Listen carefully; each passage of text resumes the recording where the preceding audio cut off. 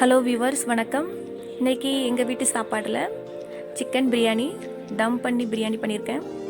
Chicken fry, ஒரு பருப்பு பாயாசம், வெள்ளரிக்காய் பச்சடி எப்படி செஞ்சேன்னு காமிக்க வாங்க பார்க்கலாம்.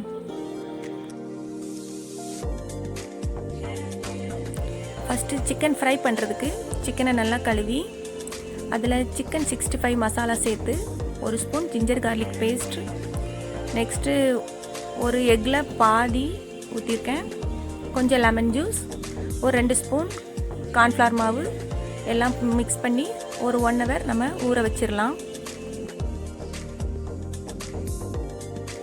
பாயாசம் செய்கிறதுக்கு ஒரு கிளாஸ் ஜவ்வரிசி, ஒரு கிளாஸ் பாசிப்பருப்பு ரெண்டையும் கழுவி ஒரு 1 hour ஊற வச்சிடலாம்.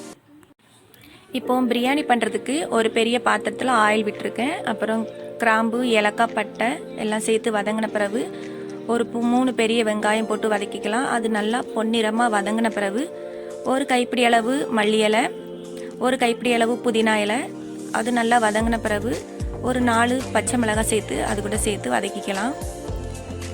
நெக்ஸ்ட்டு ஒரு 3 ஸ்பூன் சில்லி பவுடர் அது கூட சேர்த்து வதக்கிக்கலாம். அப்புறம் அதுக்கு தேவையான ஜிஞ்சர் கார்லிக் பேஸ்ட்டு அது கூட சேர்த்துக்கலாம். அப்புறம் ஒரு கிளாஸ் தயிர்,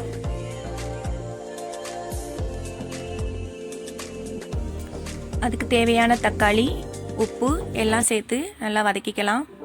பக்கத்தில் ஒரு அடுப்பில் நம்ம சாப்பாடு ரெடி பண்ணலாம். ஒரு பாதி அளவு வெந்தால் போதும். இப்போ நம்ம வதக்கி வச்சுருக்கிற இடத்துல கொஞ்சம் லெமன் ஜூஸ் ஊற்றிக்கலாம். நல்லா சிக்கனை கழுவி அது கூட சேர்த்து நல்லா வேக விட்ட பிறகு அதில் மேலே உள்ள ஆயிலோடு சேர்த்து சிக்கனையும் கொஞ்சம் நம்ம எடுத்து வச்சுக்கலாம். இப்போ வேக வச்சு எடுத்து வச்சுருக்கிற சாப்பாடை அது கூட மேலே போட்டு பண்ணிடலாம். இப்போ அதுக்கு தேவையான தண்ணி ஊற்றலாம். ஒரு சாப்பாடுடைய பாதி அளவு தண்ணி இருக்கிற அளவுக்கு ஊற்றணும். ஊற்றிட்டு நம்ம எடுத்து வச்சுருக்கிற அந்த சிக்கன் ஆயில் இருக்கே அதை அது மேலே ஊற்றி விட்டுறணும்.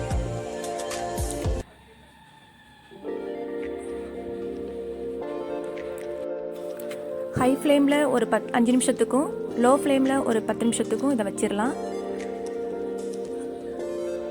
மேலே ஒரு குக்கரில் நிறைய தண்ணி ஊற்றி வெயிட்டுக்கு வச்சுக்கோங்க.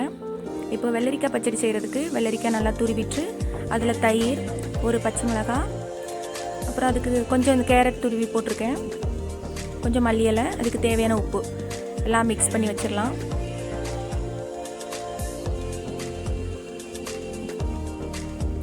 பாயாசம் செய்கிறதுக்கு ஒரு பாத்திரத்தில் ஜவ்வரிசியை வேக விட்டுருக்கேன். நம்ம ஆல்ரெடி ஊற வச்சதுனால அது சீக்கிரம் வெந்துடும். பருப்பு ஒரு குக்கரில் வேக வச்சு எடுத்து வச்சுருக்கேன். இப்போ அது கூட மிக்ஸ் பண்ணி விட்டுடலாம்.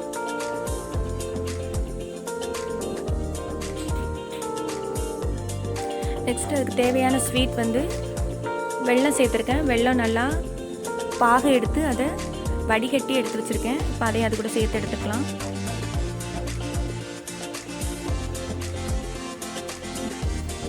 நல்லா கொதித்த உடனே நெய்யில் முந்திரி பருப்பு, ஏலக்காய், கிஸ்மிஸ் பழம் எல்லாம் வதக்கி அது மேலே ஊற்றிடலாம். பாயாசம் இப்போ ரெடி ஆகிடுச்சு. இப்போ நம்ம தம் பண்ணி வச்சுக்கிற பிரியாணியும் ரெடி ஆகிடுச்சு. அதை நல்லா மிக்ஸ் பண்ணி விட்டுடலாம். அரிசி நல்லா உடையாமல் வந்திருக்கு. பிரியாணி ரெடி ஆகிடுச்சு. நெக்ஸ்ட்டு நம்ம சிக்கனை நல்லா ஃப்ரை பண்ணி எடுத்துக்கலாம். ஆயில் விட்டு நல்லா ஃப்ரை பண்ணி எடுத்துட்டேன். எங்கள் வீட்டு சாப்பாடு ரெடி ஆயிடுச்சு.